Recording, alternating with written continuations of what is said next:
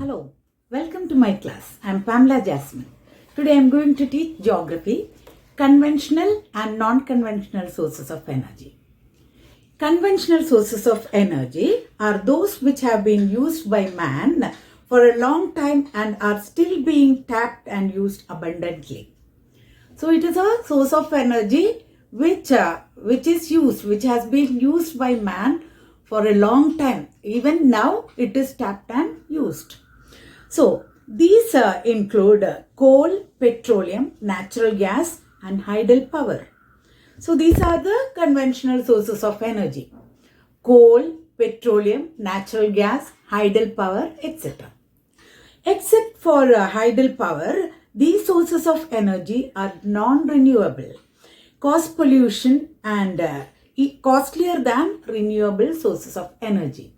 So except for hydropower, all these conventional sources of energy are non-renewable. What is non-renewable? The energy which cannot be replenished. It will get exhausted. But hydropower is an exception. So the it can be a question. The conventional sources of energy which is renewable, that is hydropower. Now, coal.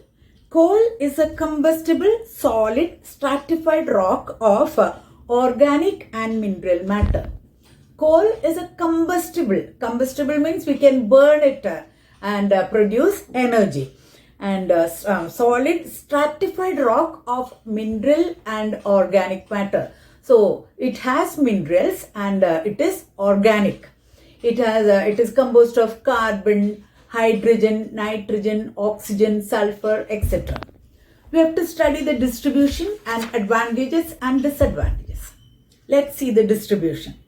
Resource-wise, coal occupies the place of pride in the list of mineral resources in India. So it is one of the main mineral resources of India.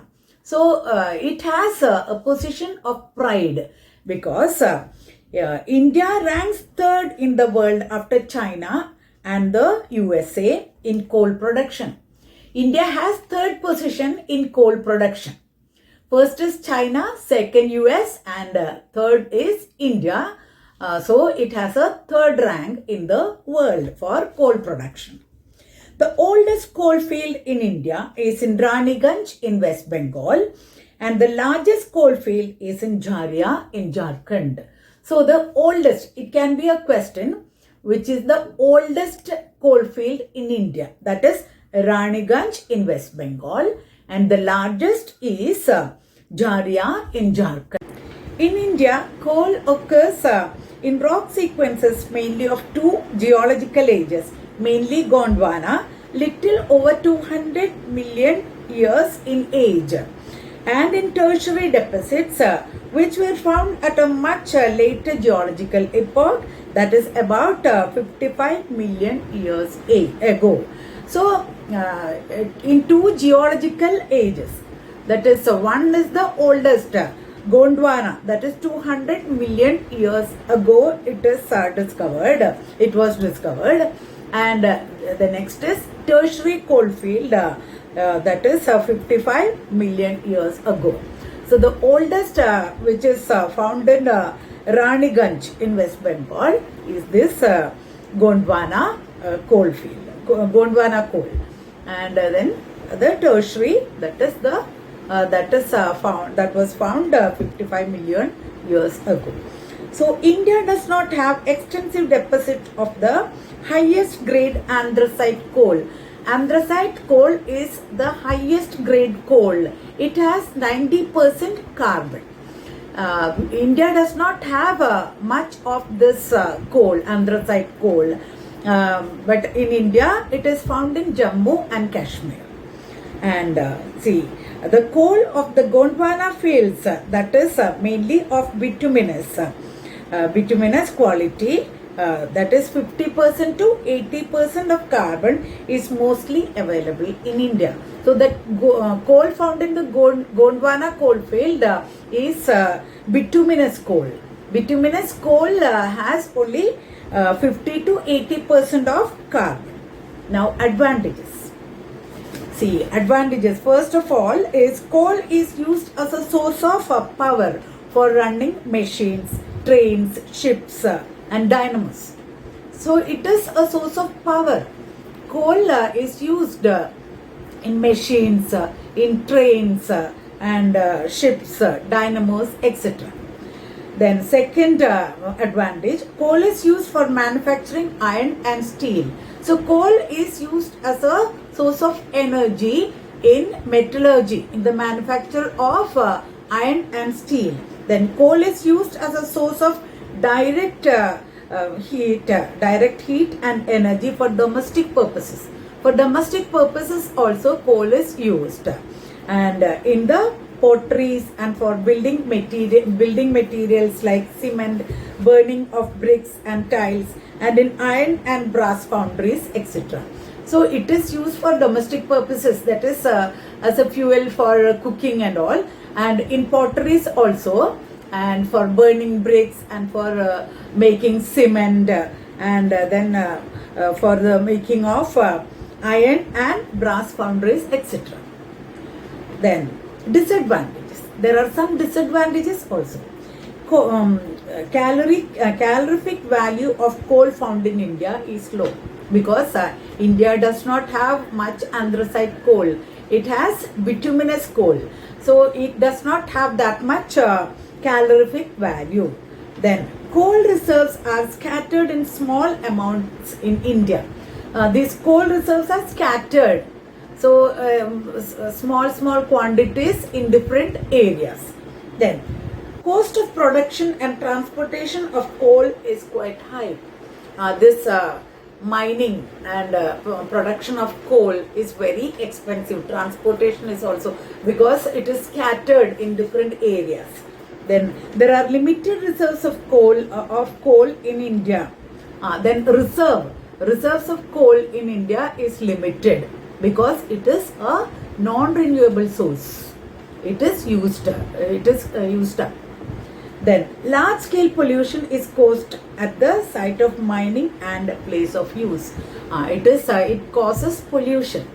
Coal in the coal mines and all, there is pollution. It is a cause of pollution. These are the disadvantages.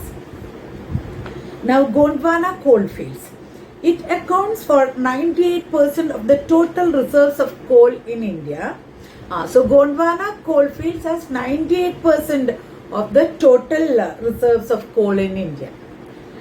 Gondwana coal is almost free from moisture and contains sulfur and phosphorus in small variable quantities. This Gondwana Coalfields coal does not have much moisture. So Gondwana coal is almost free from moisture and it contains sulfur and phosphorus in small variable quantities. It is mined from deep collieries and is used in steel plants. So that mining is difficult. It is mined from deep collieries and it is used for iron and steel plants. Then Gondwana coalfields are largely confined to the river valleys like those of Damodar, Mahanadi and Godavari. These coalfields are mainly found in the river valleys of Damodar, Mahanadi and Godavari.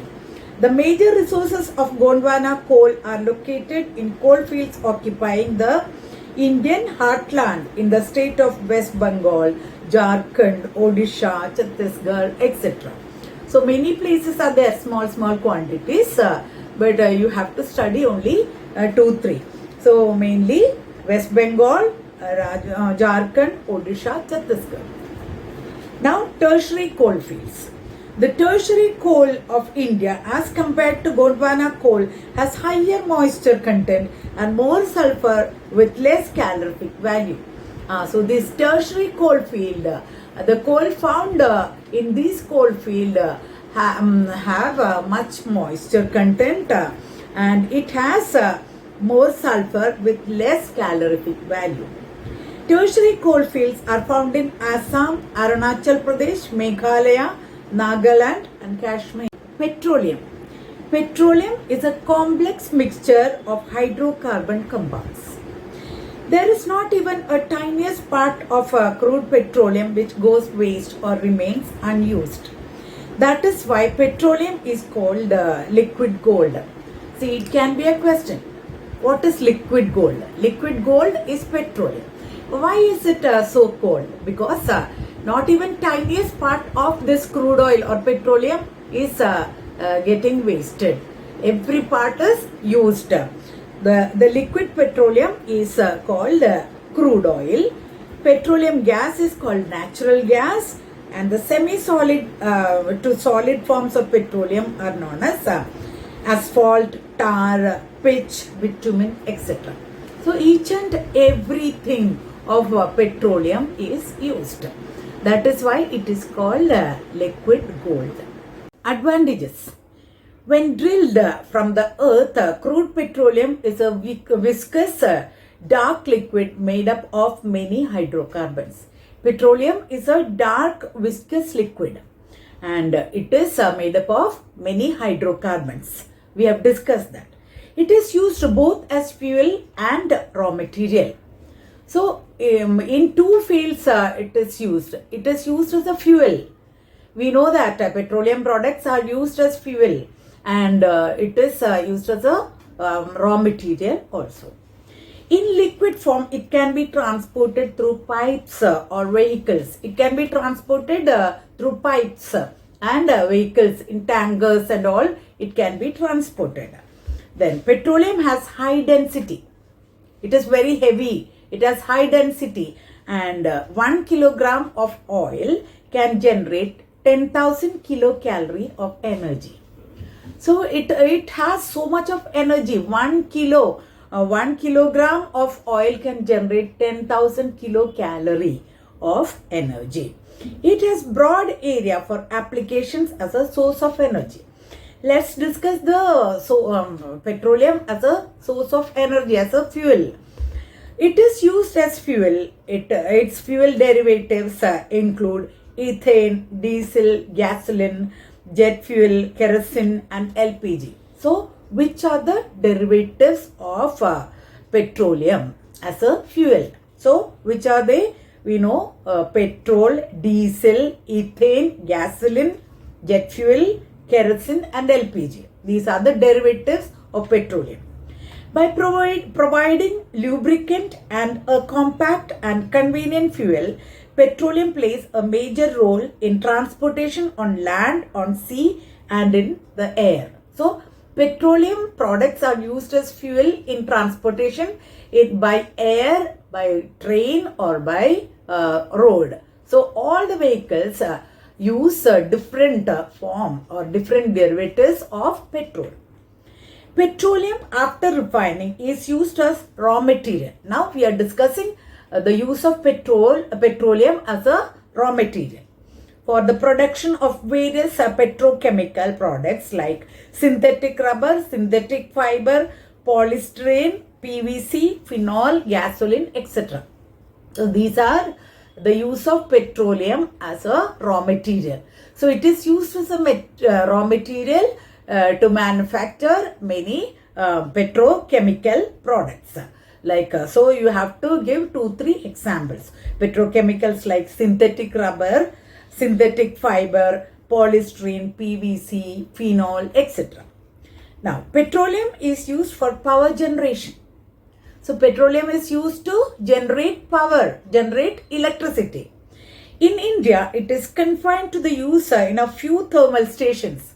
But it is not widely used in India because it is a non-renewable source. That is why its use as a power generator is very limited. Only in say a few thermal stations which are located close to oil wells and refineries, and also in diesel and gas turbine stations.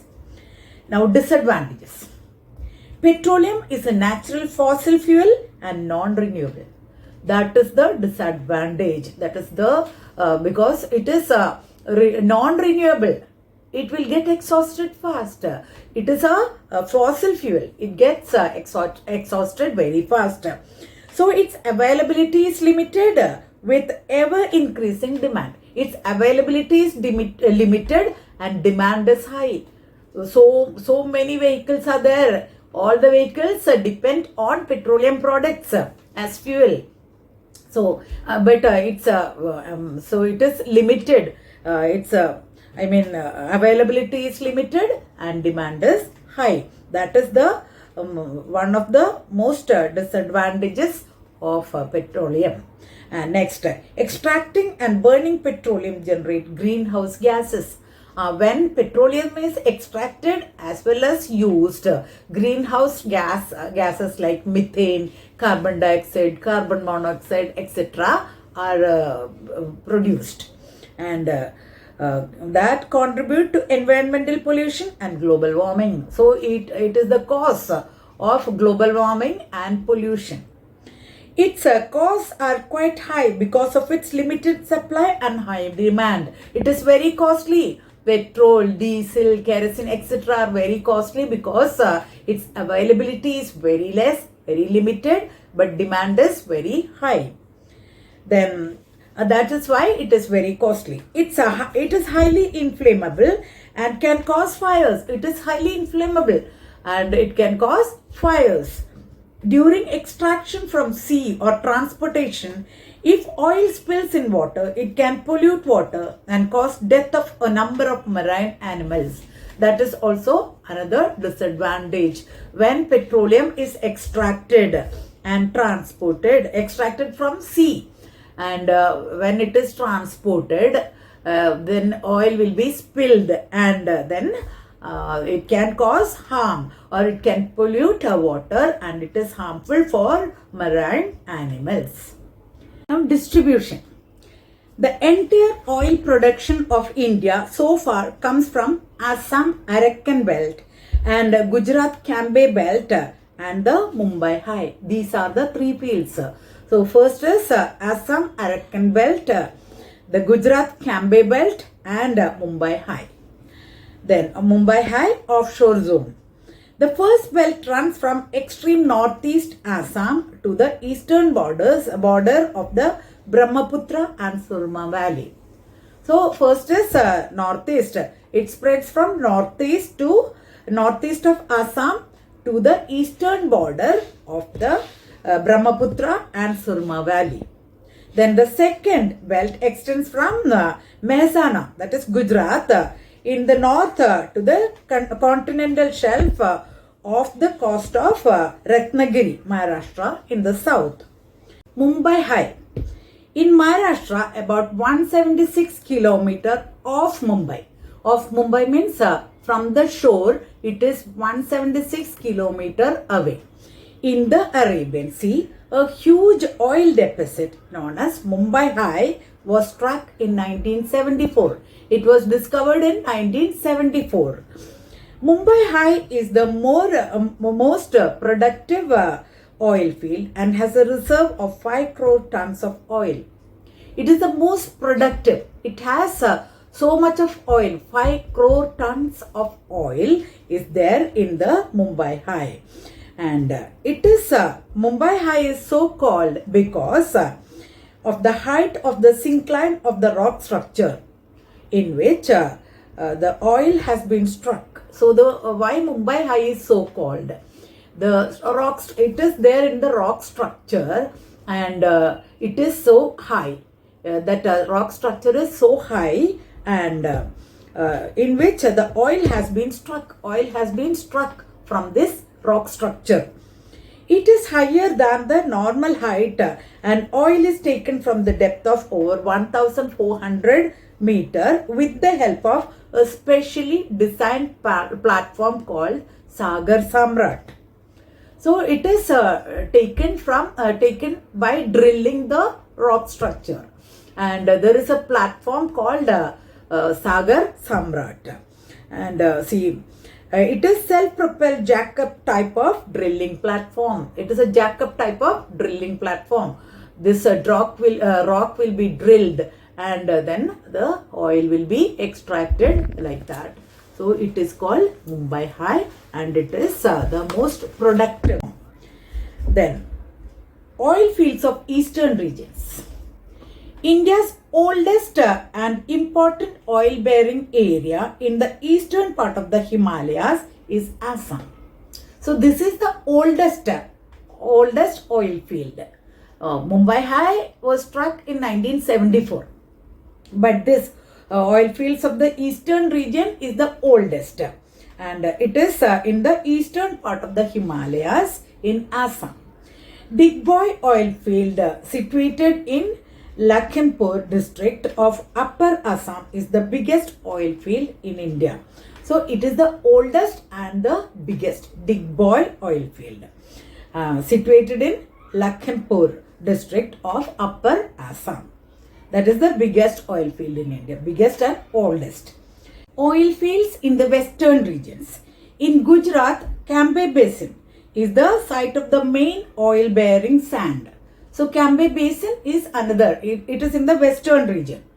Then the other oil fields of importance in Gujarat are Kalol, Koyali, Kosamba, Sanand, Katana, Ankleshwar and Navgarh. These are the other oil fields, but the main is Cambay Basin. Besides these oil fields, a number of potential oil-bearing fields have been discovered in the state of Tripura, Punjab, Nagaland, Gujarat, West Bengal and Jammu and Kashmir, and Kaveri, Krishna and Godavari basins in the south. Natural gas distribution. Over 3/4 of India's natural gas comes from Mumbai. So Mumbai is the provider of natural gas, main provider. 3/4 of India's natural gas comes from Mumbai, and the rest is produced in Assam, Tamil Nadu, Rajasthan and Tripura. Advantages. Compared to petroleum or coal, natural gas is an eco-friendly fuel and it causes less damage to the environment. So it is eco-friendly. It does not damage. It causes very less damage to the environment. It is made up of methane and results in less carbon emissions. It is made up of methane. It does not emit so much of carbon when it is burnt. Then it is easier to preserve than other fuels. It can be preserved easily as LPG, that is, and CNG. LPG is liquefied petroleum gas and CNG is compressed natural gas. So it can be stored easily and it is easier to preserve than other fuels. It can be stored and transported through pipelines, small storage units, cylinders or tankers on land and sea. It can be transported easily through pipes, cylinders and small storage units, etc. It can be piped into houses for heating and cooking purposes and running a variety of appliances. We all have now everywhere pipeline gases are there.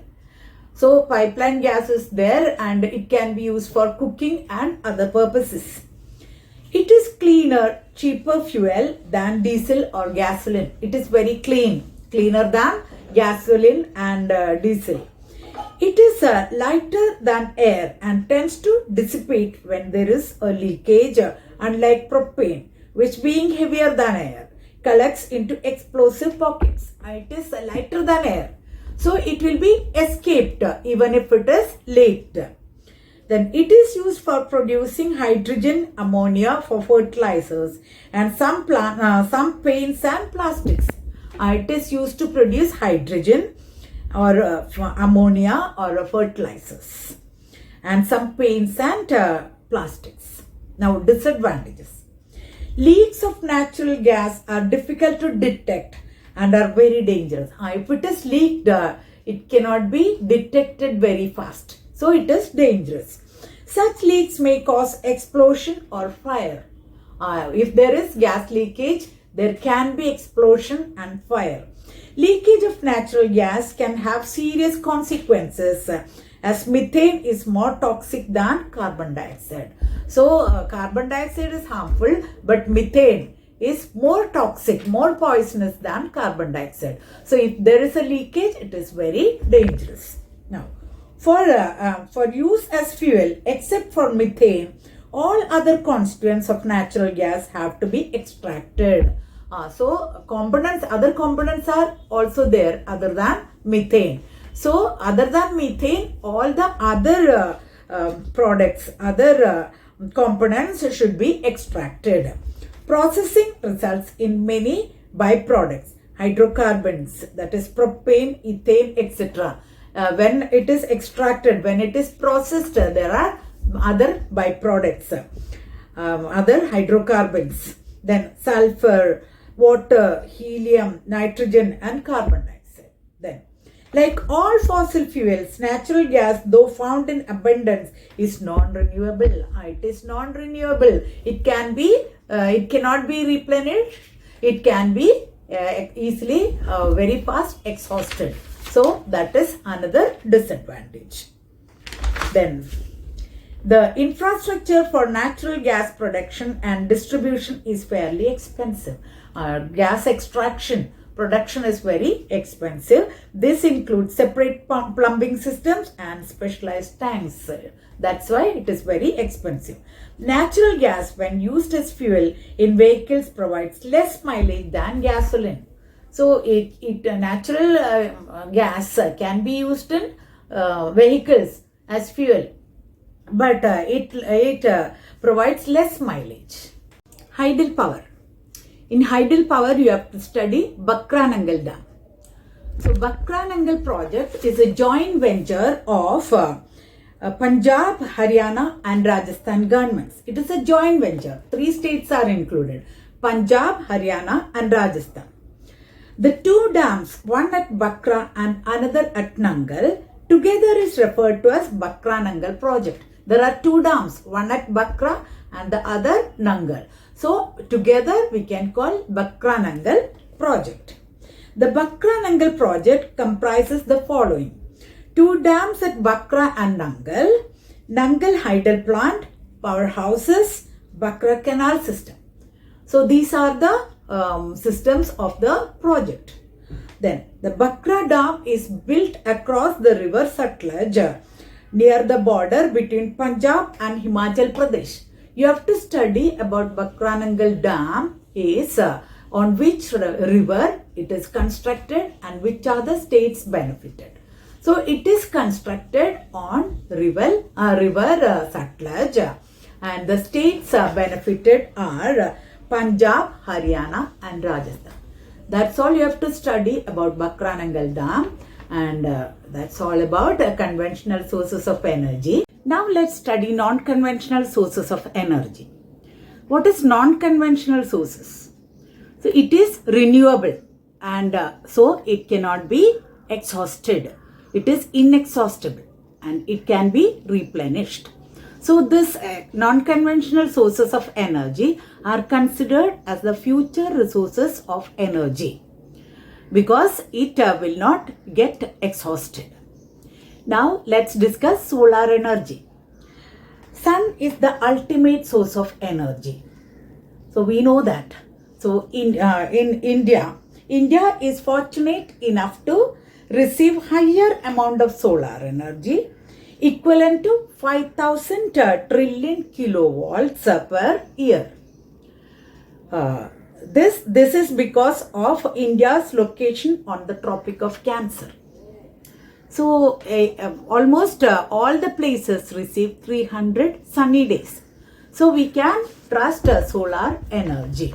We have to study only the advantages of this non-conventional sources of energy. So let's discuss the advantages of solar energy. First, solar energy is a renewable source of energy which can be harnessed in most of the areas of the world. So we know that it is a renewable source of energy. Sun is there. Sun is there always. So we needn't fear that it will get exhausted. It is a renewable source of energy and it can be harnessed in most of the areas in the world. Then it can be used for diverse purposes. For many purposes, the solar energy can be used. First, to produce electricity in areas without access to the energy grid. So we can convert solar energy into electricity. We can produce electricity from solar energy. Then to distill water in areas with limited clean water supplies. So we can distill water. If there is no clean water supply, we can distill water and use. And to power satellites in space. And for the working of power satellites in space also, solar energy is used. Now, solar energy systems do not require a lot of maintenance. There is no maintenance charge for this solar energy panels. Most reliable solar panel manufacturers give 20 to 25 years warranty. Reputed this panel manufacturers, solar panel manufacturers give 20 to 25 years of warranty. So maintenance charge is not a threat. Then also, as there are no moving parts, there is no wear and tear. Once it is fixed, its parts are not moving. So there is no wear and tear. Parts cannot be worn out. So that is an advantage. So after covering the initial cost of the solar system, it requires little spending on maintenance and repair work. The initial cost is there. The installation charge is there. After that, we needn't spend so much for maintenance. That is an advantage. Now, it saves fossil fuels like coal and petroleum used to produce electricity and also reduces electricity bills. So, it can replace the conventional sources of energy, that is coal, petroleum and all. These are fossil fuels. It will get exhausted. So, solar energy can replace this, and solar energy can save these fossil fuels and also reduces electricity bills. These are the advantages of solar energy. Now let's study wind energy. So we know that it is the cleanest source of energy, and we should know the largest wind farm in India. Where is the largest wind farm cluster in India? It is situated from Nagarcoil to Madurai in Tamil Nadu. That is the largest wind farm cluster from Nagarcoil to Madurai in Tamil Nadu. Besides, Andhra Pradesh, Gujarat, Karnataka, Kerala, Lakshadweep and Maharashtra have important wind farms. These are the areas. So, if distribution is asked, we can tell. So, largest wind farm cluster is situated from Nagarcoil to Madurai. Now, advantages. Wind energy is a renewable source of energy which can be produced again and again. It can be replenished. It is a renewable source of energy. We can produce wind energy again and again. It is the cleanest form of renewable energy which produces no pollution. Wind energy is that can be a question, which is the cleanest non-conventional source of energy. So wind energy is the cleanest renewable source of energy which produces no pollution. Now, so it reduces the dependence on the fossil fuels. Now, landowners can look for additional income by installing wind turbines on land that can even be used for agricultural purposes. So, if there is land, these landowners can look for additional income. If wind farms are there, they will get additional income, and seen by installing wind turbines on land that can even be used for agricultural purposes. The electricity generated by wind power can be used for domestic consumption and reduce monthly electricity bills. So, if there is a wind farm, electricity can be produced and it can be used for domestic purposes, and there is no electricity charges. So, we can reduce monthly electricity bills, and the surplus power can be sold back to the local grid, which can result in more savings. So, if there is excess, if there is surplus electricity, it can be sold and save money. It is an extra income. So these are the advantages of wind energy. Nuclear power. Nuclear power is the fourth largest source of electricity after thermal, hydroelectricity and renewable sources of electricity. So in the production of electricity, nuclear power has a fourth position.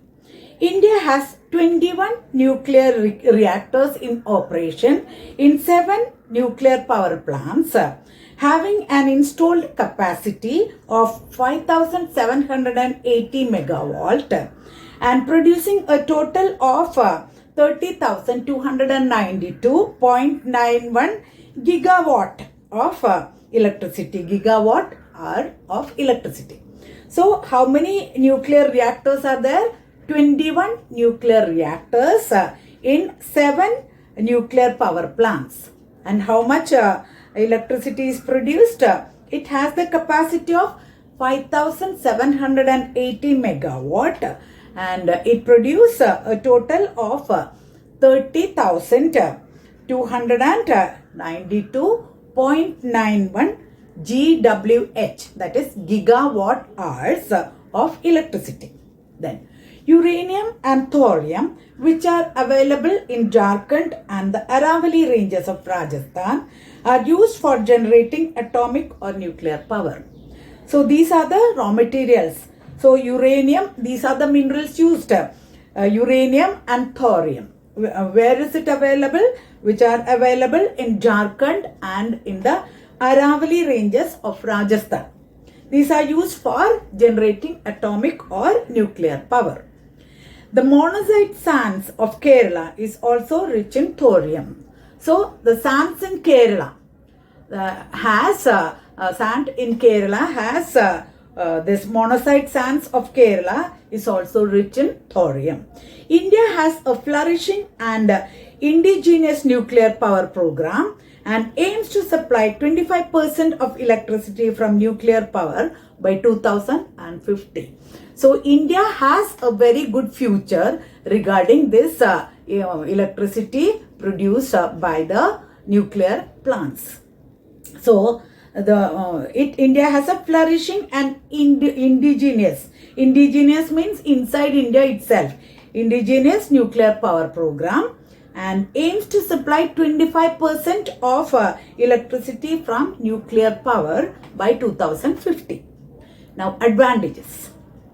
Nuclear energy reduces the amount of energy generated from fossil fuels, that is coal and oil, and therefore reduces the use of fossil fuels and lowers greenhouse gas emissions. This is the first advantage. It is a renewable source of energy and it reduces the amount of energy generated from fossil fuels. So it will get exhausted, fossil fuels get exhausted. So we can depend on this nuclear power for this to generate electricity and therefore reduces the use of fossil fuels and lowers greenhouse gas emissions.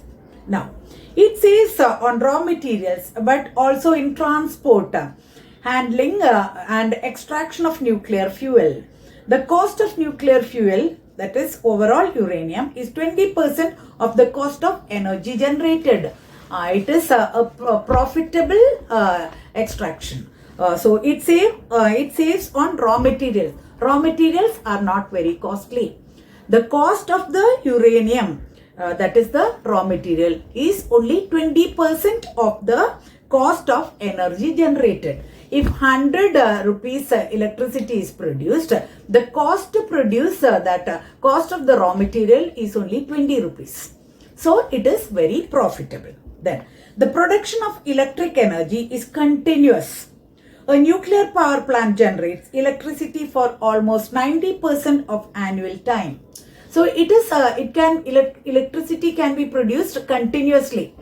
If it is solar energy, at night time, if there is no wind, no sun, it cannot be produced. And wind energy, that is also not reliable. If there is no wind, we cannot depend on wind energy. But this nuclear power can be working at least for 90% of annual time. Now, biogas. So you know what is biogas? It is explained in waste management. So we have to study only advantages. So biogas is a clean, non-polluting and cheap. Biogas is clean, it is non-polluting and it is very cheap. There is a direct supply of gas from the plant. Therefore, there is no storage problem. It can be supplied from the plant itself, directly supplied from the plant itself. So there is no storage problem. Then the sludge left behind is a rich fertilizer containing bacterial biomass. So the sludge, the residue of the biogas is a very good manure. So it is a rich fertilizer containing bacterial biomass. So that's all about non-conventional source of energy. So in this video, we have discussed both conventional and non-conventional sources of energy. 2 chapters are clubbed because syllabus is very less. Thank you for watching. If you like this video, please like, share and subscribe. God bless.